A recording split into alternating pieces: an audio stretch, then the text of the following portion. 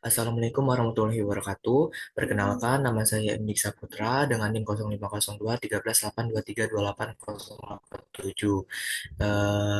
Baiklah, di sini saya akan mempresentasikan hasil yang saya buat, yaitu yang berjudul Universal Soil Loss Equation, biasa disebut USL. Latar belakang, erosi tanah merupakan proses pelepasan dan pengukuhan partikel tanah oleh air, angin, atau aktivitas manusia.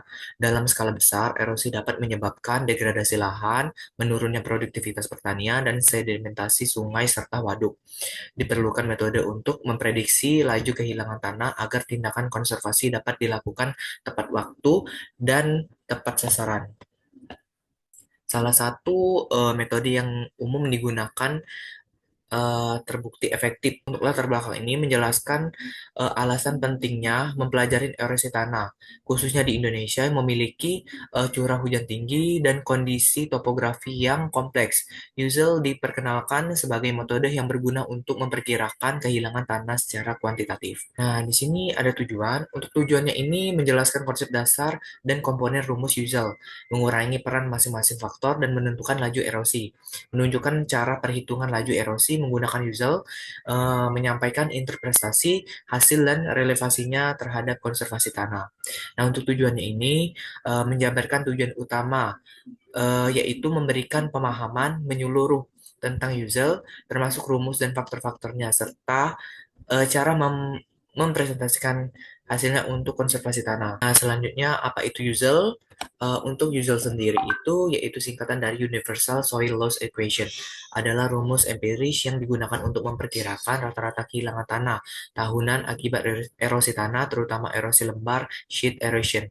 Dikembangkan oleh Weiss, Meyer dan Smith 1958, direvisi 1978. Metode ini mengintegrasikan faktor-faktor iklim, tanah, topografi, vegetasi, dan teknik konservasi. Cocok digunakan untuk lahan pertanian, kawasan hutan, dan daerah aliran sungai skala kecil hingga menengah. Nah, untuk user itu sendiri atau Universal Soil Loss Equation itu adalah rumus empiris yang dikembangkan oleh Weismuller dan Smith untuk menghitung kehilangan tanah akibat erosi air. Metode ini mempertimbangkan iklim, jenis tanah, lereng, tutupan lahan, dan praktik konservasi. Untuk selanjutnya itu ada rumus Usual. Rumus Usual ini A sama dengan R dikali K dikali LS dikali C dikali P. Nah, di sini ada A sama dengan prediksi kehilangan tanah per tahun, ton atau HA atau tahun. Nah, untuk R-nya itu faktor erosivitas hujan, untuk K-nya itu faktor erodibilitas tanah, untuk LS-nya itu faktor panjang dan kemiringan lereng, untuk C faktor penutup lahan dan pengelolaan tanah, untuk P-nya ini faktor praktik konservasi tanah. Rumus dasarnya itu memang A sama dengan R dikali K dikali LS dikali C dikali P. Nah, setiap variabel dijelaskan secara ringkas dengan A sebagai kehilangan tanah total dan faktor-faktor lainnya mempengaruhi nilai A. Untuk selanjutnya ini ada faktor R, erosivitas tanah hujan. Nah, di sini menunjukkan kemampuan hujan dalam menyebabkan erosi, dipengaruhi oleh intensitas hujan, durasi hujan, distribusi curah hujan, dan tahunan. Nilai R-nya biasanya didapat dari data klimatologi atau dihitung berdasarkan rumus intensitas dikali energi hujan. Semakin tinggi curah hujan dan intensitasnya, nilai R juga semakin tinggi. Nah, faktor ini menunjukkan seberapa besar potensi hujan dan menyebabkan erosi curah hujan tinggi dan intensitasnya tinggi akan meningkatkan nilai R erosi, resikonya tinggi. Nah, selanjutnya ada faktor K, erodibilitas tanah. Erodibilitas tanah ini mengukur kerentanan tanah terhadap erosi, dipengaruhi oleh tekstur tanah, lempung pasir, lanau, struktur tanah, gumpalan besar atau kecil, kandungan bahan organik, dan permeabilitas tanah, cepat atau tidaknya air meresap. Tanah lempung berpasir cenderung lebih tahan erosi, K kecil. Nah, untuk itu faktorkah menggambarkan seberapa mudah tanah tererosi tergantung pada tekstur, struktur tanah, kandungan bahan organik, dan permeabilitas. Nah, untuk faktor LS, panjang dan kemiringan lereng. Nah, kombinasi dua komponen topografi. Itu ada ada length dan S, slope. Nah, untuk length-nya ini nih, panjang lereng semakin panjang, semakin besar potensi erosi. Untuk slope-nya ini, kemiringan kemiringan lereng semakin curam, semakin tinggi kecepatan aliran permukaan. Untuk LS-nya ini dihitung menggunakan rumus berdasarkan panjang dan sudut lereng. Bisa juga melalui peta topografi atau software eh, GIS. Nah, LS ini penting untuk mengidentifikasi daerah rawan longsor atau erosi berat.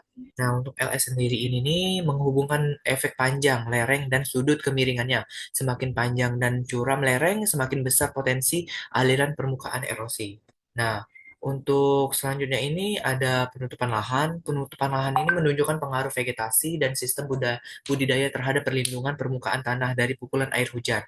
Nah, contohnya ini contoh nilai C. Untuk contoh nilai C ini nih, hutan lebat. Hutan lebatnya ini 0,001 eh, sampai 0,01 sangat efektif.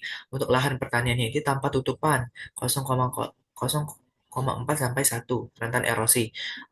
Lahan dengan mulsanya ini 0,05 sampai 0,02 cukup baik. Nah, semakin rendah nilai C, semakin kecil kehilangan tanah. Jadi, faktor ini mencerminkan perlindungan vegetasi terhadap tanah dan percikan air, hujan, dan aliran permukaan lahan dengan tutupan vegetasi baik melalui nilai C rendah, artinya risiko erosi juga rendah. Nah, untuk selanjutnya ini ada faktor P, praktik konservasi. Untuk praktik konservasi ini mewakili efektivitas metode pengendalian erosi. Itu terbagi menjadi tiga, terasering, contour farming, olahan mengikuti kontur, saluran air, hulu dan saluran pembuangan. Untuk nilai P-nya ini biasanya 1 tanpa konservasi, 0,5 ini olahan kontur, 0,2 ini teras ring efektif. Nah, untuk konservasi praktik konservasinya ini, faktor P menggambarkan efektivitas praktik konservasi seperti terasering dan penanaman mengikuti kontur. Nilai P yang lebih kecil dari satu menunjukkan bahwa konservasi tersebut efektif mengurangi erosi, stasi, dan tindakan. Itu ada hasil usual dibandingkan dengan nilai toleransi kehilangan tanah.